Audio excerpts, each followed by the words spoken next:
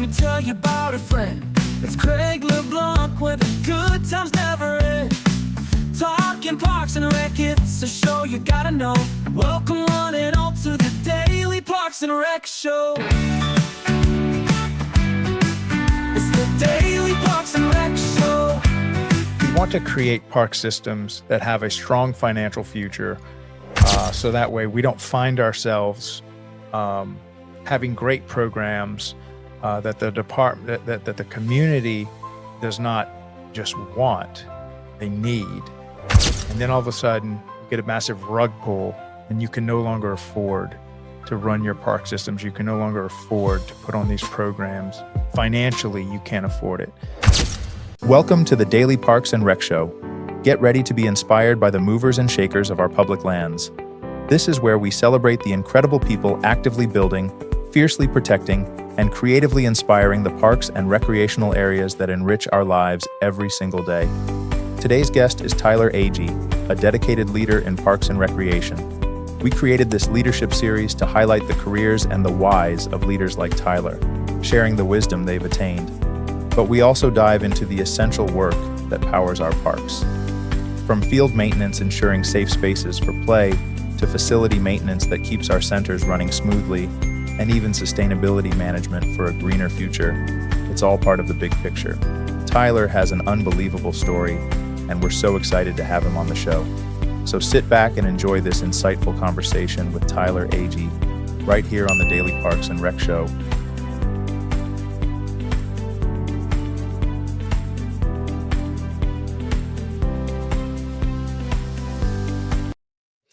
All right, Craig LeBlanc here, live again with the Daily Parks and Rec Show Leadership Series, Leaders in Parks and Rec. Sorry, trying to change that logo a little bit.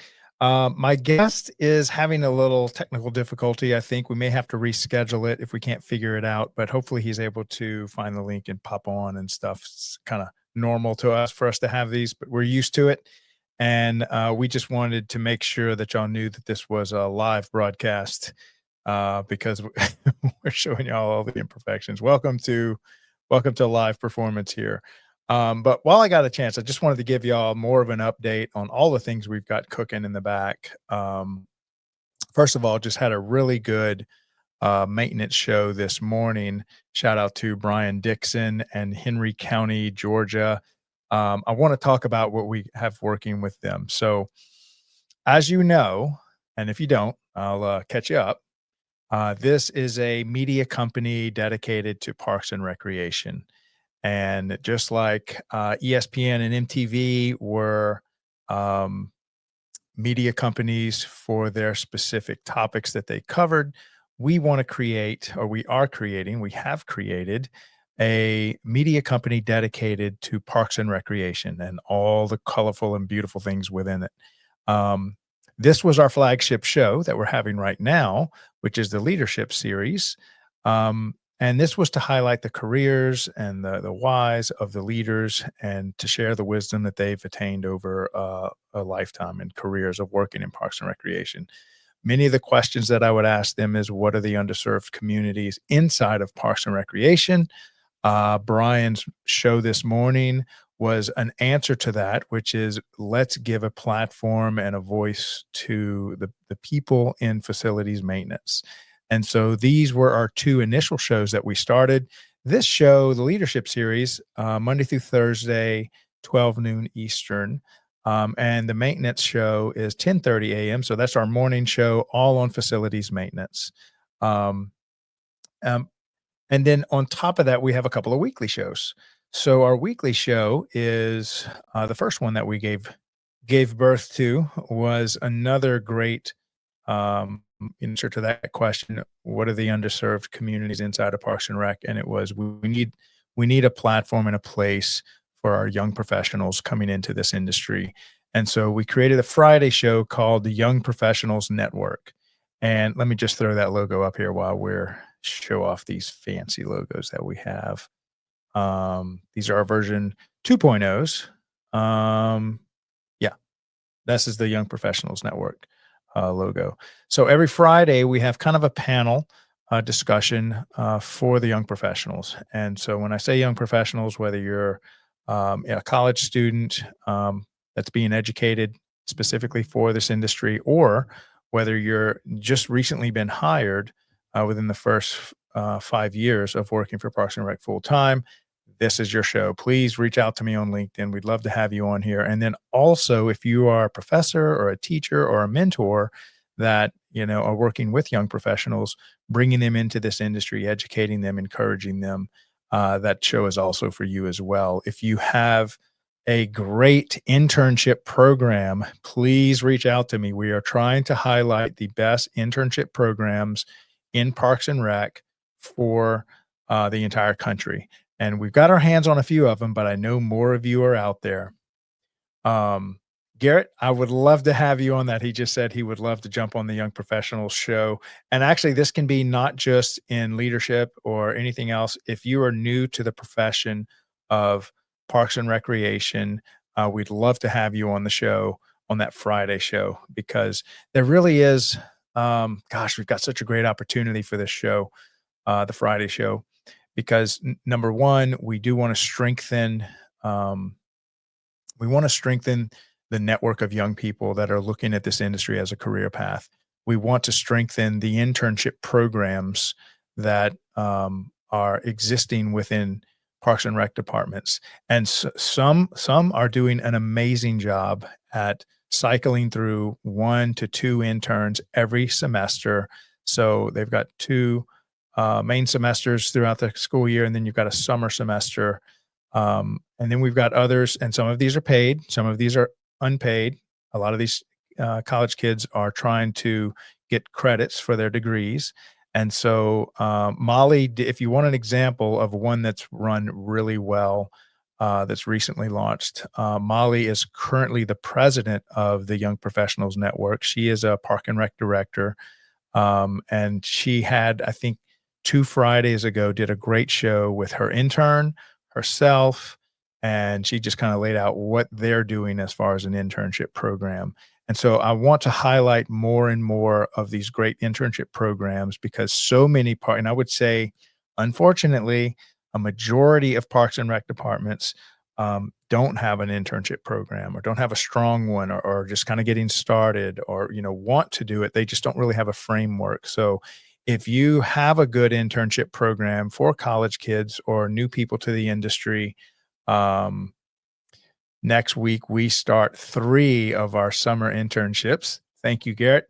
This is going to be, so hopefully we can get them on the show and just talk about what does an internship program look like?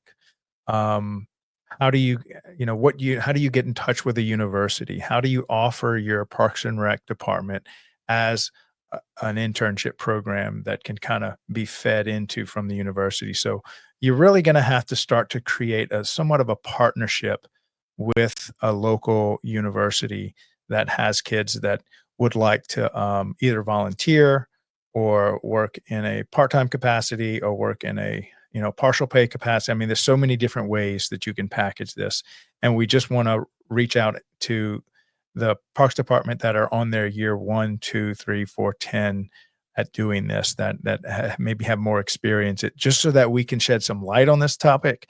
And so that really, I mean, in an ideal world, every Parks and Rec department in America would have some version of an internship program, ranging all the way from volunteer to come get some hours that'll go as a credit towards your degree, and even a paid internship program. And I think Molly's was a volunteer one, but then there was another person that I interviewed. They have a paid internship program, and it's like a minimum wage. I don't know, $15 an hour, $10 an hour or something. And it's amazing at what you can do with an internship program, and how this can actually help get a lot of the best talent that we find in universities. And one of the major objections we're trying to do with that is, let's get this industry out of the discovery major category. There's no reason why we should still be stuck in that category as an industry. This should be an industry that is highly sought after, much like we hear about doctors and lawyers and engineers and teachers and nursing. And those are career paths that are well known, that are sought after, that little kids are dreaming about when they're in grade school and high school. And there's no reason, especially with the part-timers that work inside of Parks and Rec departments, for us to not to be able to plant those seeds in those early days of think about your assistant coaches, summer your summer staff, whether they are camp counselors or concession stand workers or lifeguards, that during their onboarding process, this is many times the first time they've ever had a job, you're planting the seed as, hey, maybe you should consider this as a full-time career and maybe even pursue a college degree or some type of certification to work full-time in Parks and Rec. And here's what this looks like. And then we can stand up our director, assistant director, superintendent, whoever in front of them to give a little short testimony to these 15, 16, 17, 18, 19-year-olds. And so this way, they're actually pursuing Parks and Rec rather than discovering it after graduation. And now they've got this degree in teaching, realizing a few years after graduation that, you know what, I really don't want teaching. I've discovered Parks and Rec. This is my new passion. And I didn't go get a degree for it. I have a degree. I don't want to say a teaching degree is useless when it comes to Parks and Rec. But if you know you're going to end up in Parks and Rec from the time you're in high school, then you may pursue a college that offers a degree in that industry. And I think we can start filling up these classrooms. And sadly enough, some colleges are no longer offering specific degrees for Parks and Rec because they just don't have the students. If you don't have the students in the class, then you really can't justify having an entire degree associated to that career. But, you know, there's plenty, the classrooms are packed. You know, you're getting a degree in teaching and education or in accounting or engineering. I mean, I have spoken to, like I said, I'm getting close to 400 people that I've spoken to in Parks and Recreation, and I would say half of them have a degree in something that has nothing to do with Parks and Rec because they didn't even discover this as a job path for them till later in life. And I think that's just something that we can start solving. Let's start solving this problem for America. Great first step is we're going to do a weekly show. Check, done, got it. So now let's get the best people in this arena of young professionals, of educators, of internship programs. Let's start producing content for that, 52 shows a year for that. The Friday shows for you. Okay. So that's our Friday show. The next show we have, and tomorrow is our second show, and this is for the Youth Sports Mastery. This is the name of the show. Let me go ahead and throw their logo up. Here we go. Well, that's the parent company, and here's Youth Sports Mastery. All right, so Youth Sports Mastery. When we talk about what does Parks and Rec do, so this is kind of on the rec side, and inside of rec, we've got youth sports.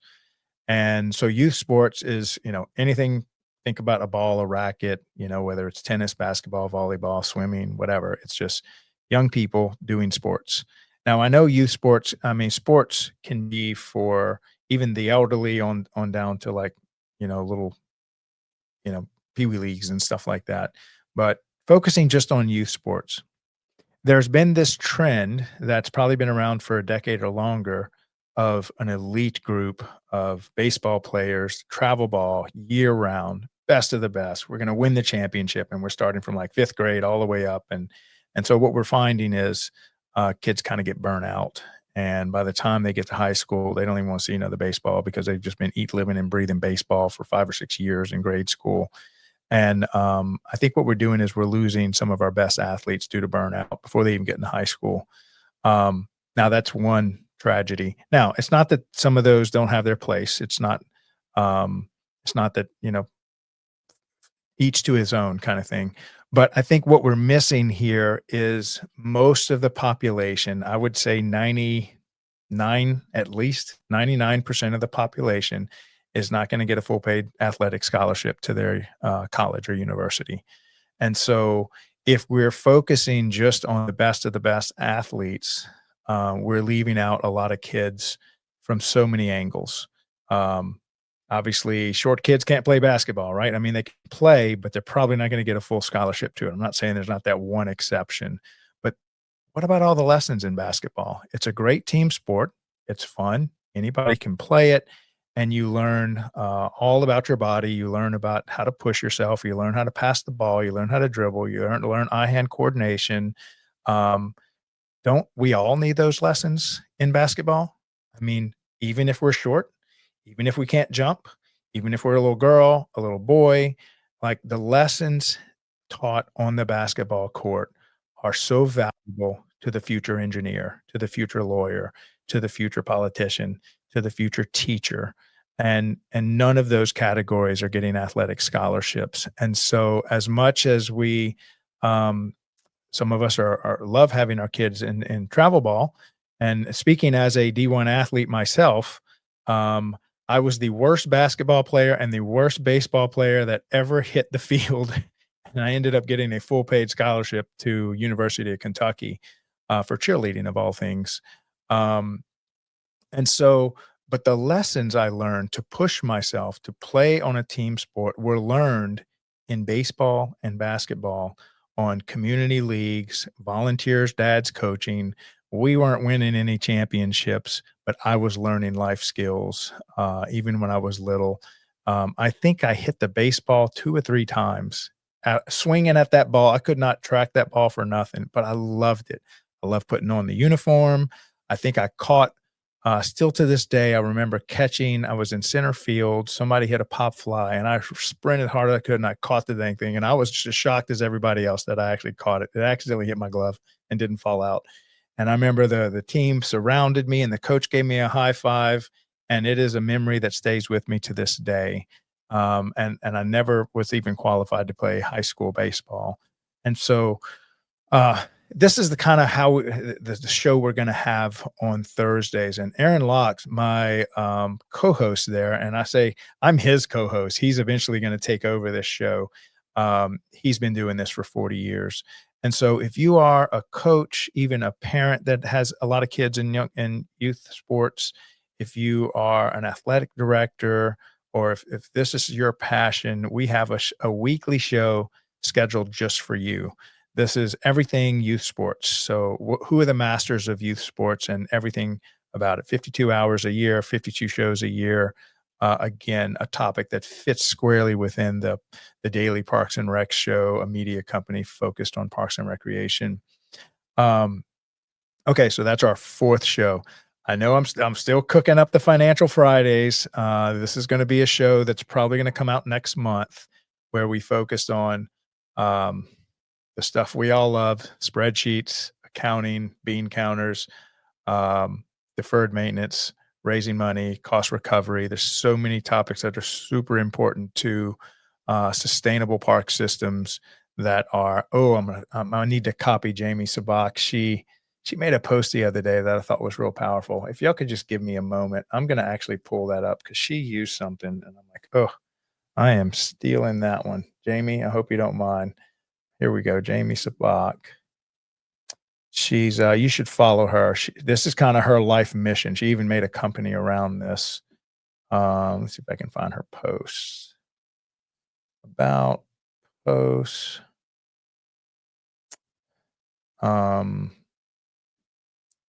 She said something about abundance. Maybe it was this one. Let's see. I'm gonna have to look it up. I'll have it for y'all next time. Hold on, maybe this is it right here. Nah. Okay, well, I'll look it up and find it later. Essentially, what it is it's not like we want to create park systems that have a strong financial future, so that way we don't find ourselves having great programs that the department that the community does not just want, they need. And then all of a sudden, you get a massive rug pull, and you can no longer afford to run your park systems. You can no longer afford to put on these programs. Financially, you can't afford it. So here you've got all this good being done on a local level for our community. And then boom, we can offer half the senior citizen programs. We have to shut down this park because we can't even afford to maintain it.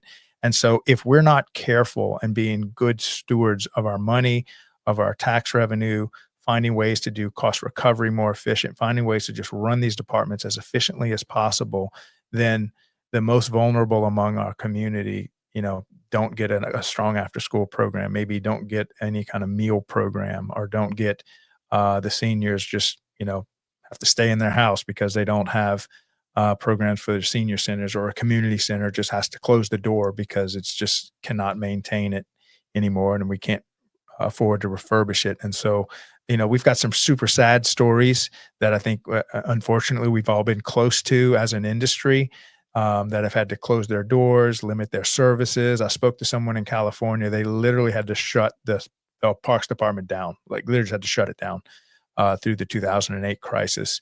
And then recently they're having to build it back up. They finally have got funding to almost start completely over. And so for like a 10-year gap, you've just got all these services that people depend on that are just not there. And so I think there are some ways, sometimes it's just unavoidable, but a lot of times we actually can be good stewards with our money. So I want to create a Friday show just on the financial sides of parks and recreation, making sure that best practices are highlighted and that we're getting as much great content around running a sustainable park system financially, so that these park systems have strong financial futures that are not so dependent on tax revenue, but maybe are doing a lot better job of cost recovery. And like Jamie would say, are good at saying no. We cannot build another park right now while we've got 3 others that we're considering closing. And so how do we say no? How do we message this to our elected officials? How do we message this to our community that are so gung-ho about the latest project and developing the latest park and all that kind of stuff, not realizing that we can't even do what we have well with the current funding? And so I just want to have a show that talks about those hard topics. That's going to be Financial Fridays. Okay, so we have another show. Now, this is going to be a fun one. So if you are a podcaster that makes content for Parks and Recreation, and you're just, maybe you and some guys are just saying, look, we love this industry. We think we have something special. Let's just record a podcast and maybe do this monthly and then just throw it out into the world of podcasts. Okay, so that's going to go onto Spotify, and hopefully your target market, your target community will find you. Well, reach out to me. Our job is to get you as much distribution as possible, and then to help package your podcast for you, so that way we can create good thumbnails, which is a little image that shows up. Say if it's on YouTube, we can help you go live on our network. So all the community that's looking at all of our shows will then see your show. And then we have editors that work full-time for us that can take your show, wrap it for you, just like I gave the analogy of, you go pick out the gift for your daughter for Christmas, but then you take it to the counter where they wrap it and package it for you so that it's kind of pretty and it's a surprise. And when your daughter opens it, she's ripping it open, she's seeing a nice bow and the paper and stuff, and then she sees your gift inside. And so the gift is basically your show, your podcast.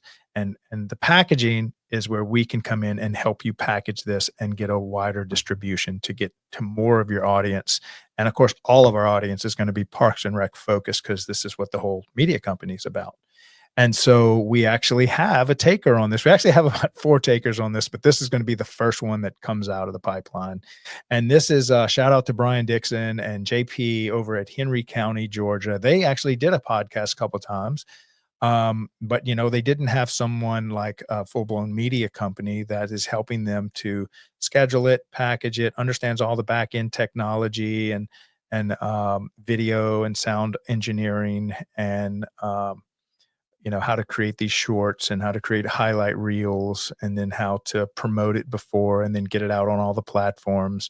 If you're just kind of part-time and wanting to do a podcast, it is quite the heavy lift and effort to do all those other things you would like to do if you want your podcast to get as much distribution, as much eyeballs, as much attention as possible. The sad thing is that you might produce an insanely good 1-hour podcast with you and your friends on Parks and Rec, and then nobody listens to it, or nobody sees it, or nobody has access to it. Nobody even knows about it. And so I think that's where the Daily Parks and Rec show, the DPR's media company, can solve that problem, If you feel like you have a strong message and you're making good content, then let us help you. Help me help you. Just reach out to me. And if it looks like a good fit, I want to help you distribute that. And I think that's where we can fulfill our mission as to creating a media company for Parks and Rec where you can call home and you just show up, uh, go live, and then we take it for you, package it, and help get it out to a much wider audience.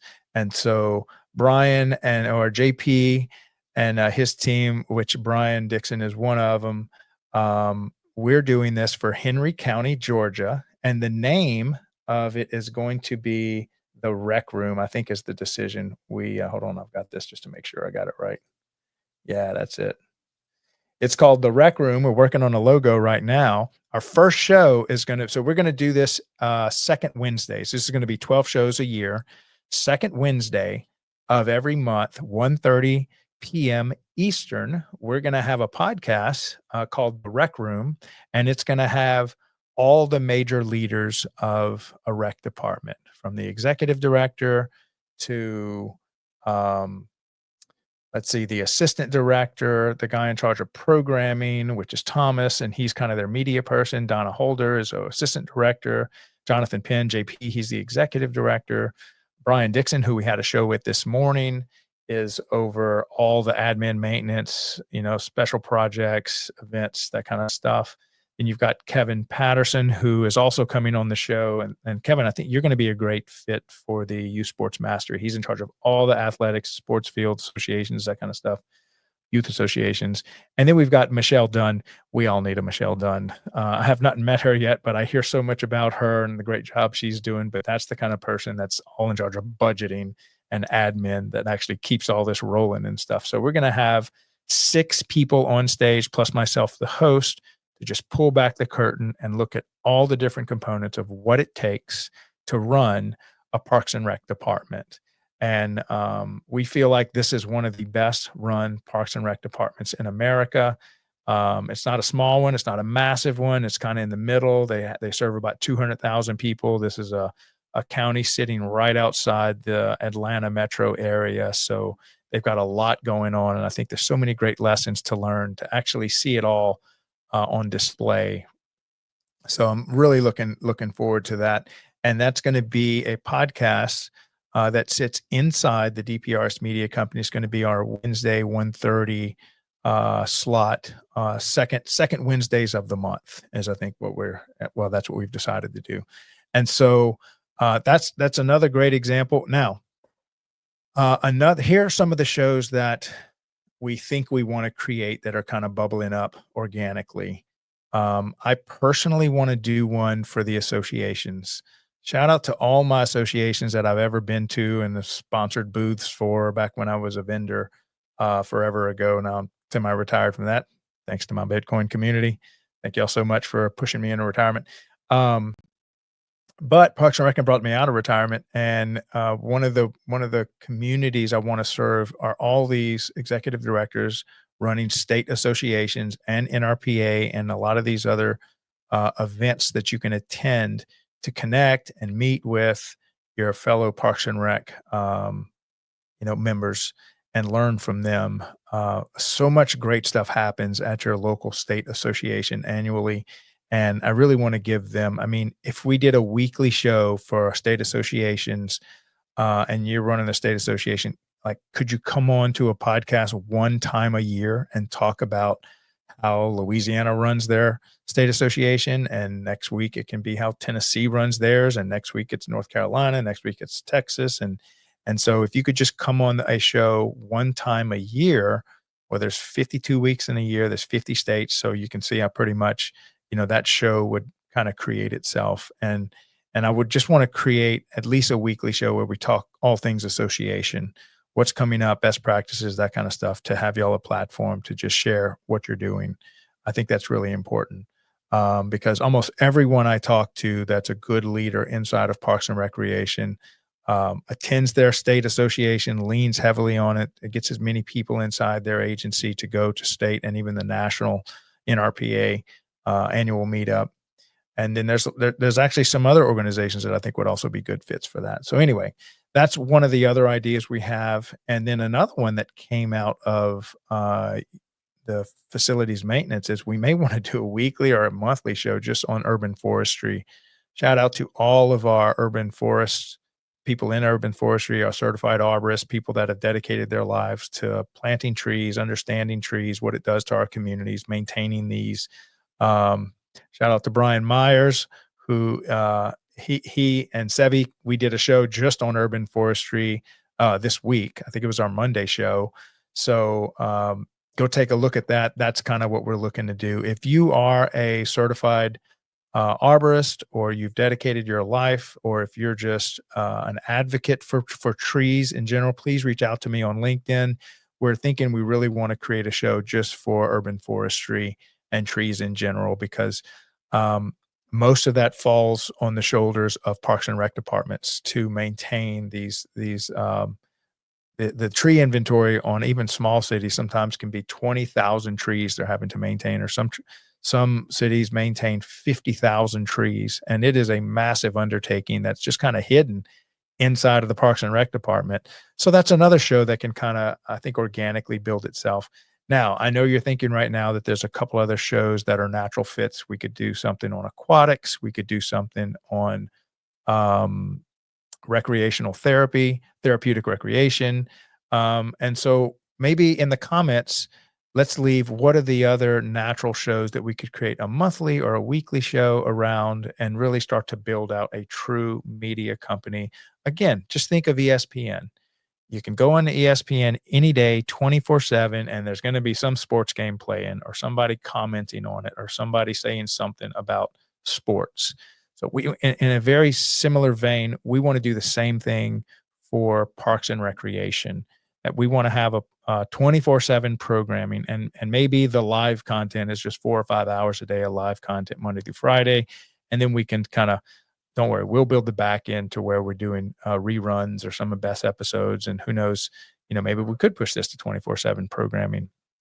I think the possibilities, I think we've already got other industries that have kind of laid out the framework. So we're not reinventing an ESPN model. We're just saying, hey, let's do that for Parks and Recreation.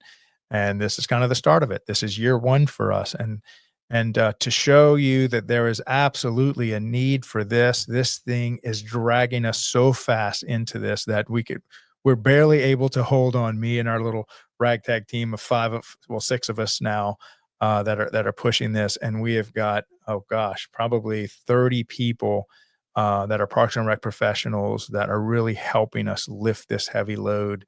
Shout out to Garrett, shout out to Sevi, shout out to oh my gosh, I got so many people I can thank for this. I don't want to leave anybody else out, so I'll just cut it off there. I need to just have a list of people that are helping us in all these different shows. Chad's another one. Jason. I could go on forever. All right, so there is a team of Parks and Rec professionals that are helping us put a lot of this on. But if there's any other shows that you would like to see created, please leave it in the comments. Reach out to me on LinkedIn. Come help us build it. We really want to get this done for the community. And also, if you are a podcaster, like Reckless is another great one that the day I started this, many people said, well, have you heard of Reckless? And so exactly like that. So Reckless, if you would like us to help you, just get your messaging out, your podcast out to as many people as possible. We are down to collaborate, help you out. Zero cost to you. How about that? Can you beat free? We'll help package your content for free and get it out, get that message in the hands of as many people as possible. If you are an association that currently has a monthly podcast and would also like us to help you distribute, package, whatever, please reach out to me. We've already got a few in the hopper, but we're already want to start those conversations right now so we can kind of map to it. And I want to let this kind of organically happen, from the community level, build what they want. That's exactly how the maintenance show got built. That's exactly how the Young Professionals Network got built. That's how Youth Sports Mastery got built. And that's probably how all the different programming is going to be built. It's going to be community driven. It's going to be driven in the comment section. It's going to be driven by volunteers say, I want to help build a show around aquatics. And I'm like, all right, let's get it done. and we'll just start that process. So basically going off of your feedback. And lastly, and I'll close it out on this. I've always been taught by my mentors that, Craig, everything you're doing is wrong. It's just a matter of how wrong. There's room for improvement on everything you touch. And so the best thing you can do is go to market, start, and get a tight feedback loop between you and your audience. And so my tight feedback loop is the comment section, is you reaching out to me on LinkedIn and saying, hey, it would be a great idea if you did this. Have you thought about doing this? This headset, this microphone, these cameras, all of that was suggestions from people that we just did micro improvements along the way. And the show gets better and the community gets stronger when we get good, strong feedback from the community. So if you give us some feedback, I promise you, we are taking that seriously and we're incorporating that where we can and when we can to improving the Daily Parks and Rec show and all the family of shows that are here. So please don't be bashful. Please critique us. We have no feelings over here. So we're not, we have ego death over here. We're not thinking that we know how to do everything perfectly. If anything, we know that everything we touch is probably mostly wrong. And I hope that we are maybe 10% right. And our job is to just be less wrong today than we were yesterday in everything that we touch. And I say that to know that there's so much room for improvement. There's so much this can be. And looking back 5-10 years from today, I want to look back and say, wow, look at all the progress we've made, the improvements we've made, the comments that we, enacted, that we, ran with and improved our show. And I think we can look back and say, wow, humble beginnings, great concept. And now we have a very strong media company for Parks and Recreation. So anyway, that's kind of the update. That's where we are. I'm trying to feed y'all everything that, from backstage that's cooking in the kitchen. And I really appreciate all the love and support that everybody's been giving us so far. And sorry, we couldn't get I think we just had some technical issues with Tyler, but we're going to get him on, Tyler Agee with Duncanville, Texas. Really, he's going to do a great show. He has got an unbelievable story. And so I really want to get him on there and just highlight what he's doing over there in Duncanville. He's the assistant director over there. All right, so I'll go ahead and close it out. We'll be here tomorrow. I think we have a full slate of shows tomorrow. We might have 3 shows. Let me pull up my calendar real quick. We have, we have a leadership show. We also have the Youth Sports Mastery show. I actually have a Bitcoin show. So you should tune into that. That's a 9 p.m. show for you guys out there in case you want to hear my Bitcoin content. I love it. And I don't think we have anybody scheduled for facilities maintenance. So maybe I can rope Garrett into doing a last minute if he has some time. I know he's already probably, it's not like those guys are twiddling their thumbs over there. But I'll probably just check in either way, just for the discipline of checking in on that 10:30 facilities maintenance slot. And then, gonna have a great show tomorrow. And then we'll finish off the week with a strong YPN episode this coming Friday. I'm Craig LeBlanc, the doorman, signing off for the Daily Parks and Rec show. Love you guys. Hold up. Of course, I've got to set my media thing well. All right, here we go. All right, guys. See you all tomorrow. Bye. Welcome to the Daily Parks and Rec show, where we highlight the essential work that keeps our parks and facilities thriving. From local ball fields to multi-use athletic complexes, field maintenance ensures every space is safe, ready, and welcoming for play and community events. Facility maintenance is the backbone of operational excellence, ensuring that recreation centers, playgrounds, and shared spaces are functional, clean, and built to last. Behind the scenes, equipment maintenance keeps vital tools and machinery in peak condition. At the core of future forward thinking is sustainability management, integrating green practices that reduce environmental impact and enhance long-term resource stewardship. Facilities maintenance is more than routine upkeep. It's strategic, essential, and foundational to building healthy and resilient communities. This is the Daily Parks and Rec show, honoring the professionals who keep our spaces running and our communities strong.